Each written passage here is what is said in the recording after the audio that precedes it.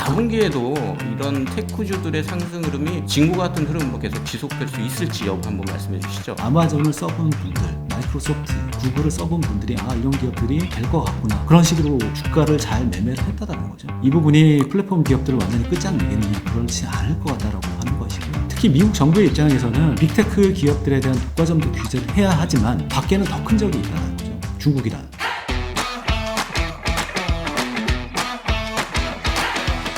네, 안녕하십니까. 지난 시간에는 글로벌 시장 전반과 관련한 부분들을 중장기 전략 그리고 단기 전략 차원에서 말씀을 드렸는데요. 이번에는 세부적인 내용들을 이승우 연구위원과 함께 다시 살펴보도록 하겠습니다. 이 연구님 안녕하십니까? 네, 코로나 사태 이후에 시장을 보게 되면 가장 특징적인 부분들이 소위 말해서 언택 관련주들에 대한 상승이 두드러졌습니다. 언택 관련주 내에서도 테크 관련주들의 상승이 상당히 좀 두드러진 흐름을 나타내고 있는데, 최근에는 테크 관련주들이 잠시 좀 조정 양상을 보이고는 있지만 여전히 시장에 관심이 높은 상태입니다. 4분기에도 이런 테크주들의 상승 흐름이 진구 같은 흐름으로 계속 지속될 수 있을지 여부 한번 말씀해 주시죠. 결론부터 말씀드리면 그럴 수 있을 것 같다. 단 실물 경기가 살아가고 있으니 주력은 언택트에 컨택트를 일부 가미하는 쪽으로 포트폴리오를 변경해 나가자라고 볼 수가 있을 것 같고요. 가미하자라고 말씀을 드리는 거니까 언택트 관련주들을 완전히 갈아엎고 그쪽으로 다 옮겨가자라는 의미가 아닌 거죠. 주력은 언택트고 거기에 일부 경기가 살아나는 것 등등의 활동량이 늘어나는 것 등등을 감안을 해서 컨택트 관련 주주를 일부 조금 포지션을 늘려나가자라는 입장인 거고요. 그렇게 말씀드린 이유는 코로나 발발 이후에 전 세계의 유동성들이 빅 플랫폼 기업들에 집중이 됐었던 거죠. 빅테크 기업에 집중이 됐었습니다. 그래서 전 세계 4대 중앙은행이 양적 완화한 것만큼 팡 주식들의 시가총액이 동일하게 증가를 했습니다. 그 지난 시간에 말씀드렸던 것처럼 전 세계 중앙은행들이 양적 완화를 지속하고 저금리 기조 역시 유지한다라고 했을 때는 그 유동성들이 테크 업종에서 떠나겠느냐, 여전히 그쪽으로 집중이 될 것이다라고 볼 수가 있을 것 같고요. 두 번째는 코로나 이후에 재택 문화 확산 혹은 등등으로 인해서 디지털라이제이션이 많이 진행이 됐습니다. 근데 디지털라이제이션이라는 게 불가역성이 조금 있는 것 같아요. 기업 문화 자체를 디지털라이제이션으로 바꿔놨는데 다시 아날로그 시대로 다시 돌아가겠느냐, 그럴 가능성이 좀 별로 없다라는 거 같고요. 장기적으로는 미중 패권 전쟁이 지속될 수 있는 거 역시 언택트 관련주 쪽에 조금 무게가 두게 하는 요인이 될 것 같습니다. 중반부에 자세히 설명을 드릴 거고요. 그리고 대선과 관련해서 빅테크 기업에 대한 규제 리스크 등등이 불확실성으로 작용할 가능성이 있는데, 불확실성을 많이 우려함에도 불구하고 법과 제도의 속성 자체가 굉장히 느리죠. 그래서 정치 리스크에도 불구하고 크게 우려할 필요는 없다라는 판단이고, 빅테크 기업에 대한 독과점 규제 우려도 있습니다만 과연 플랫폼 기업들만 독과점인가 라는 반론도 제기가 가능할 것 같습니다. 먼저 디지털 어둠션에 대해서 조금 말씀을 드리면, 코로나 이후에 산업의 디지털화가 빠르게 진행이 되고 있죠. 여러 산업 가운데서 디지털화가 가장 빠른 산업이 금융, 소매, 엔터테인먼트 업종입니다. 디지털화라는 게 각 업종에서의 속도 차이만 있을 뿐 오히려 디지털화를 추진하지 않는 산업은 없거든요.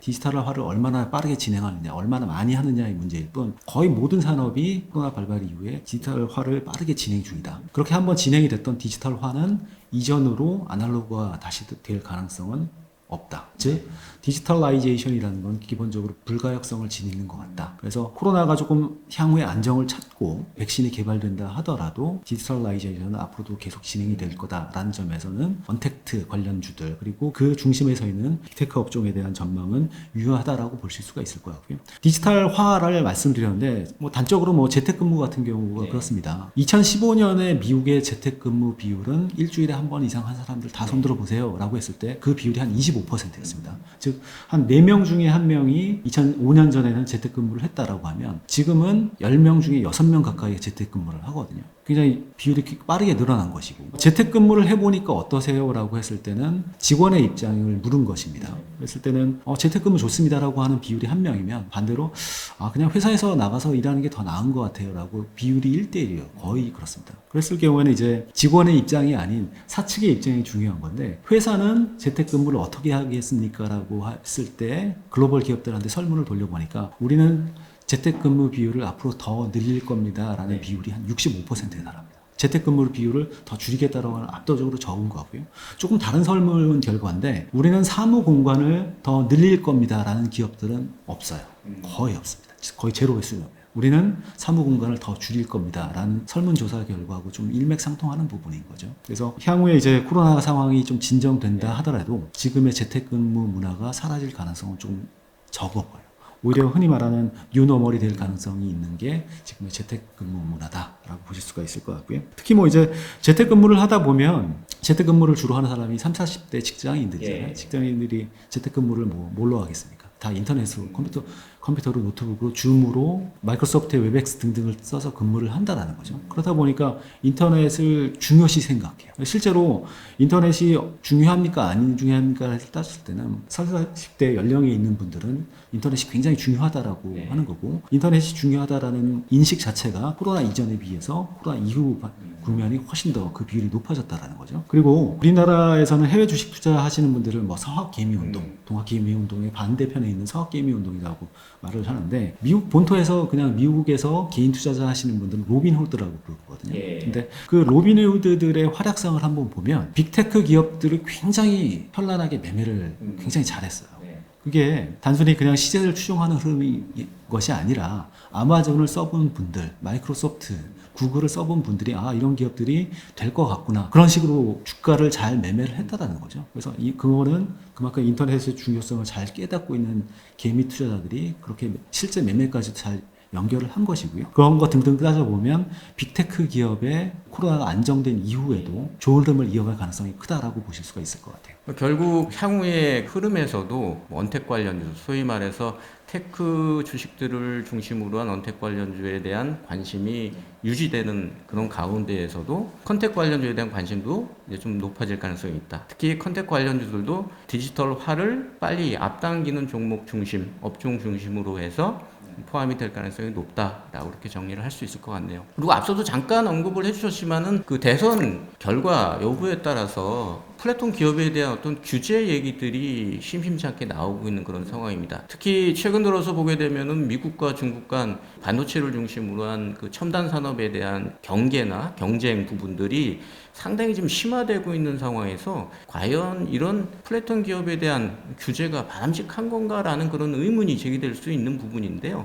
이 부분과 관련해서 조금 더 자세하게 한번 말씀을 해주시죠. 정권이 만약에 미국에 바뀔 경우 테크 기업에 대한 규제 리스크가 등장을 하고 이런 부분들이 관련주들 그리고 시장까지도 누를 수 있는 것은 일정 부분 있습니다. 네. 근데 그게 그렇게 주가를 누릴 경우 빅테크 업종의 주가를 완전히 끝장내겠느냐 저는 아닐 것 같다라고 보는 거고요. 단적으로 뭐 마이크로소프트에 대한 규제는 지난 2000년대에도 있었어요. 네. 근데 그 당시에도 주가가 빠졌긴 한데 당시에 주가가 빠졌었던 게 독과점 규제에 대한 우려 때문에 빠진 게 아니라 99년 2000년대 초반에 테크 버블 후유증의 영향으로 빠졌었던 네. 게 오히려 더 클 것 같고요. 당시 독과점 우려 때문에 반드시 빠졌느냐? 그렇지는 않을 것 같다라고 보는 것이고 앞서 말씀드렸던 것처럼 법과 제도라는 게 기본적으로 속성이 느려요. 네. 그래서 뭐 정권이 바뀌었다고 해서 바로 당장 시행이 될 수 있는 게 아니라 법안도 마련해야 되고 의회도 통과해야 되고 등등의 문제가 있고 의회 통과된다 하더라도 해당 업체들이 소송하거나 그럴 경우는 훨씬 더 시간이 길어질 가능성도 있거든요. 과거 뭐 독과점 규제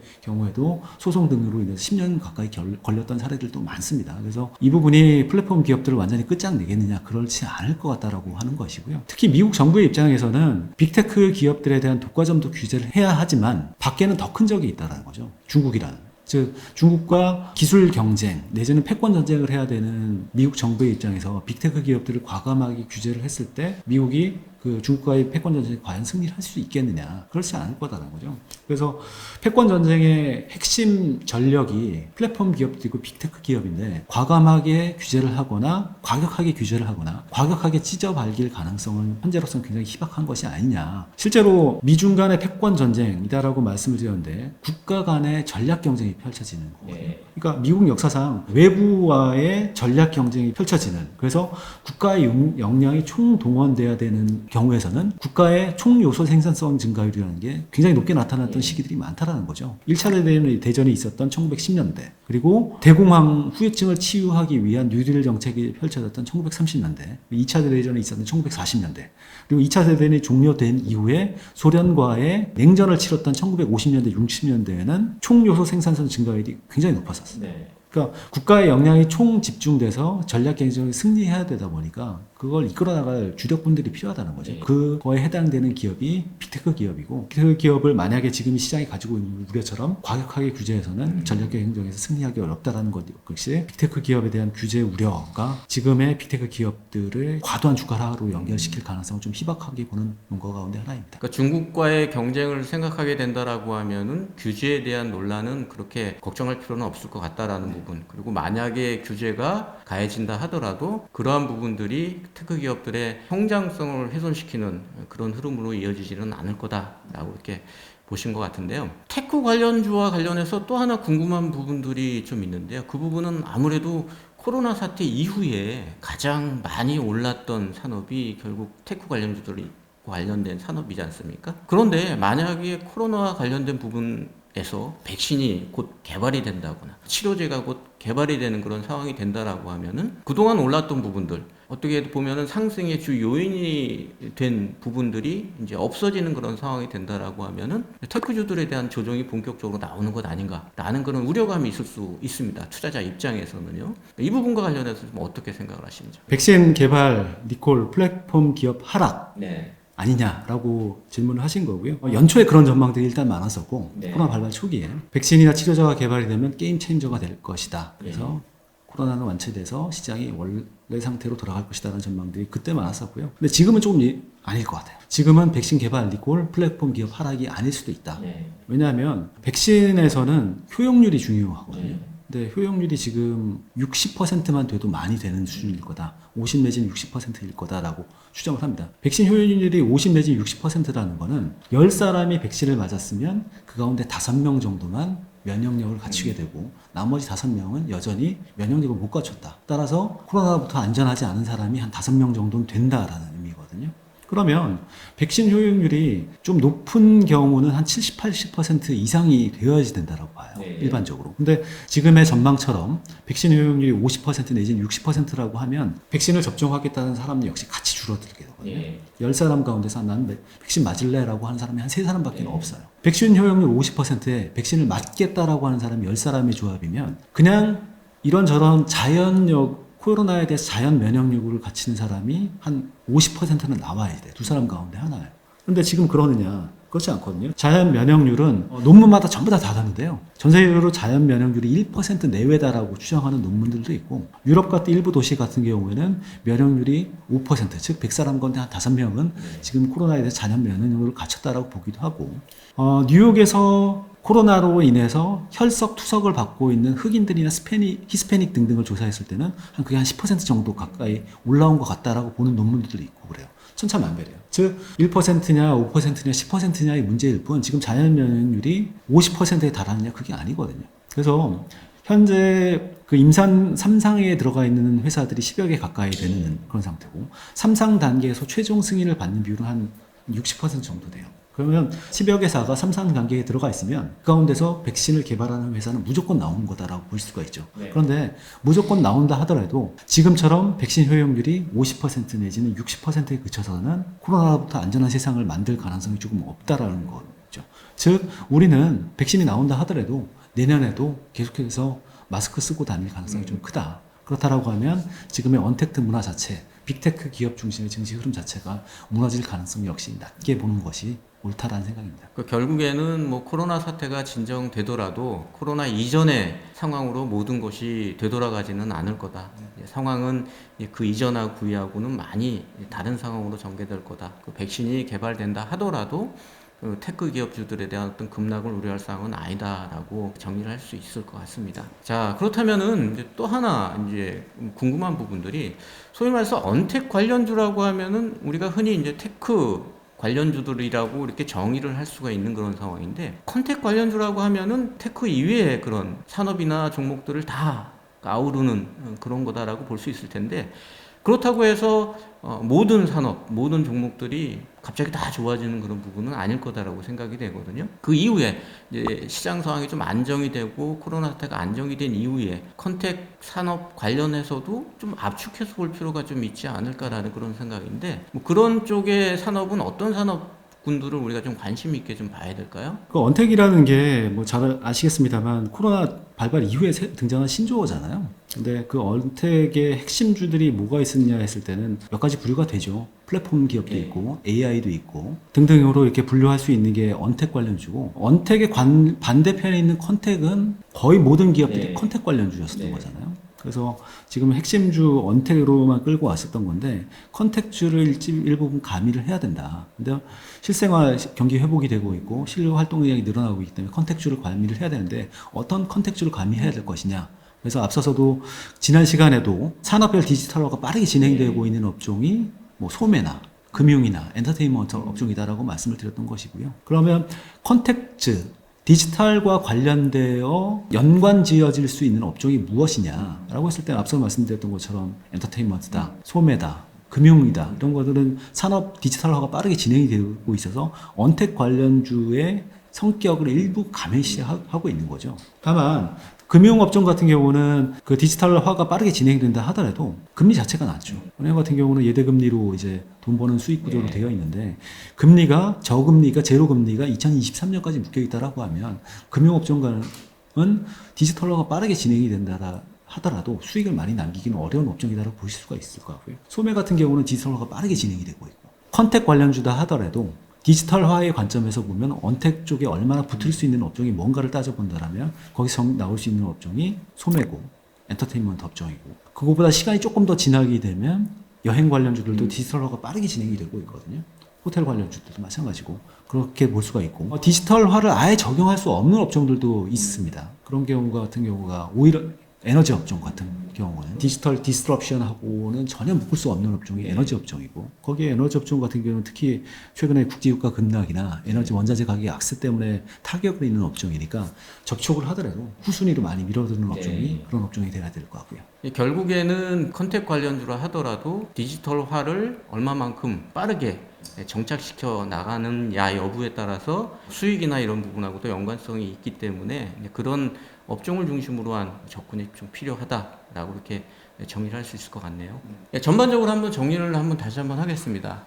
결국 시장의 전반적인 투자 전략을 보게 되면은 전략의 중심은 여전히 테크 관련주에 있다라고 보시면 될 것 같고요. 또 여기에 과거처럼 테크 중심의 일방적인 상승 흐름이 아니라 디지털화가 추진되고 있는 컨택 관련주 역시 관심이 계속 높아질 가능성이 있다라는 쪽으로 정리를 할 수 있을 것 같습니다. 지금까지 4분기 투자 전략과 관련한 부분들을 이승우 연구위원하고 같이 살펴봤는데요. 다음 글로벌 이슈 체크 시간에는 좀 더 다양한 주제로 새로운 내용으로 여러분들을 찾아뵙도록 하겠습니다. 감사합니다.